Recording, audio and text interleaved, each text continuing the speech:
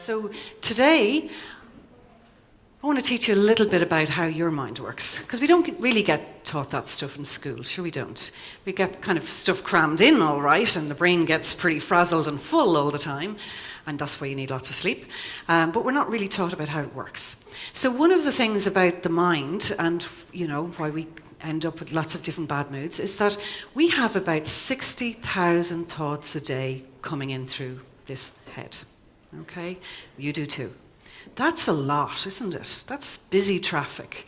So some people say to me, oh, you know, my mind is really busy, and they might have trouble falling asleep, or they might be obsessed with all sorts of thoughts. But we all have a huge number of thoughts coming through our head. Don't ask me how they count them, but that's one of the estimates, okay? So I think our mind is a little bit like Facebook, because okay, I know Facebook isn't your number one social media account, but I'm sure lots of you have a Facebook account, so you're familiar with it anyway. And in your Facebook, you have a news feed coming in with new articles all the time. Wouldn't that be true? So it's a little bit like your mind. There's thoughts coming in all the time. Now, on Facebook, you don't get to control what comes into your news feed. You know, stuff comes in, some you like, some you don't like, some you're interested in, some you're not interested in. The same with thoughts, okay? You don't really get to control what thoughts come into your mind. It's kind of what you do with them when they're in there that counts. So, if you imagine, well, one of the facts from Facebook is that about 39% of Facebook users like fluffy kitten videos. Cute little kitty, okay? So, say you like fluffy kitten videos, okay? There's a 4 in 10 chance that you're one of those people that likes it. Say you like fluffy kitten videos, and you press like, or you know, you go, oh, so cute, and you put the little love heart up, and maybe you share it with your friends, okay? So if you so much as like, comment, or share, what happens on Facebook? Actually, what happens is that Facebook is sent that information. It's gone through an algorithm, and so Facebook learns, oh, you like fluffy kitten videos. Let's give you more. Okay? So now you get lots of fluffy kitten videos and little photos. Not only that, but it's quite likely that Facebook will try out some cute dogs and other cute animals on you as well. That's a little bit like your thoughts. Do you know when you're in a good mood, you have one good thought, or if you're even thinking of something that is going really well in your life, or maybe somebody that you really fancy, and you're thinking about their good points and how much you like them, and suddenly, you know, loads of those thoughts come in. You can think of lots of other reasons that you like that person, or why your life is good, or why you've got things to look forward to. So when we give our attention like that to something good, we kind of invite in more of the positive stuff, and we kind of go down that train of thought, right? Now, what if you've got some thoughts coming into your mind that you don't like? So imagine that Trump stuff comes into your Facebook feed and you're like, oh, God, I'm sick of seeing this guy. He's on the news all the time. He's on my Facebook feed now, you know, and you put your hate symbol up. Or you say, oh, God, you know, I'm sick of this stuff, and you write your little comment. The thing is, that sends the same message back to Facebook as if you liked it or loved it, right? They don't care whether you're pressing the love heart or the angry face or whatever else. You've given it attention, you've given it some time, you've liked, you've commented, or you've shared it, even if you're saying I hate it. The same information goes back to the algorithm, to Facebook. And guess what?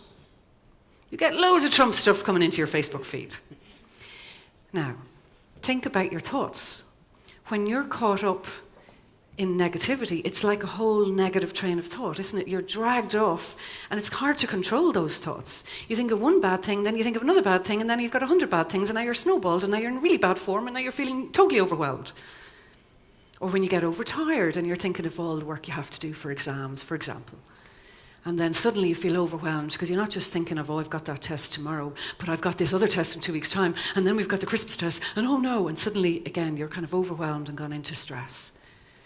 So our thoughts nearly attack us at that point. We're a victim to our thoughts at that point. We're like the slave. We believe them. And that is probably the biggest mistake we make as human beings. So we need skills to come out of our mind, literally, okay?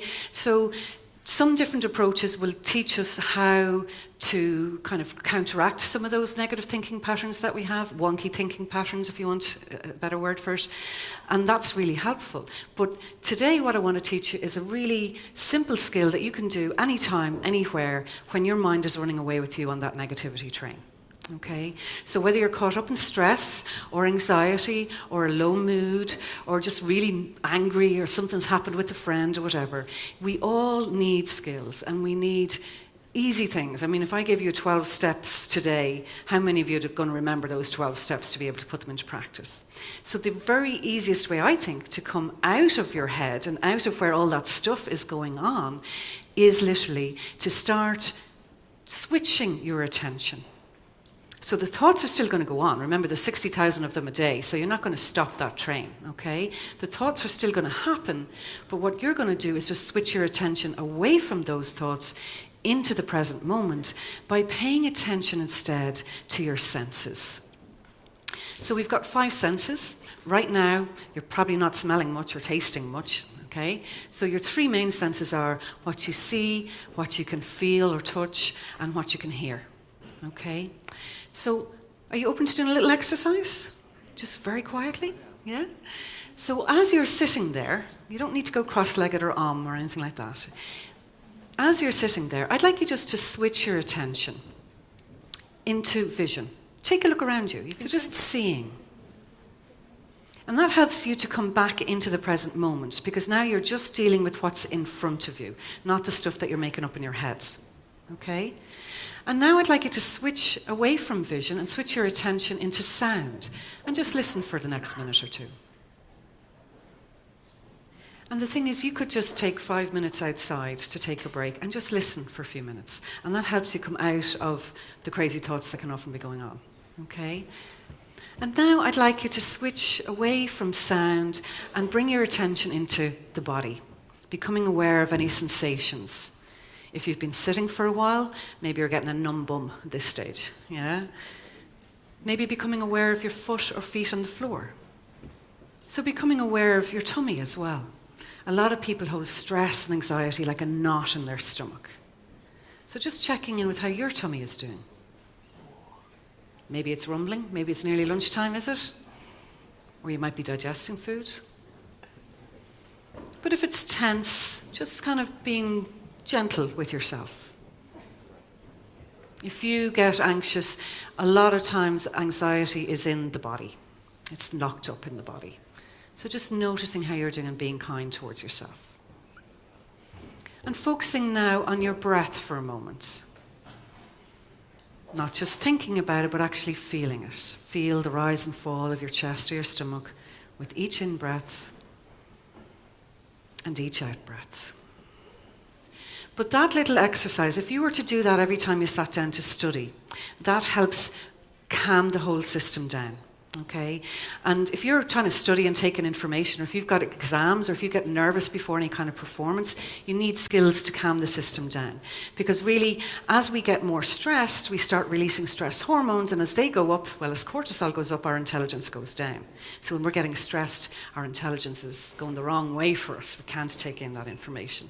So I'd encourage you to do that little exercise, sitting down before you study, so you can take it all in. Then when you're ready for an exam, you've got that done. Anytime you're feeling just in bad form, or tense, or anxious, or down, or upset about something, take a few minutes just to come back into your senses. You can do it anytime, anywhere. You don't need extra time in your day. That's the beauty about it. So, folks, I'd just like to finish there. My name is Niamh Hannan, and that's my website. But I'd like to remind you about Tina, and we'd love to see you at our stand later today. Thank you.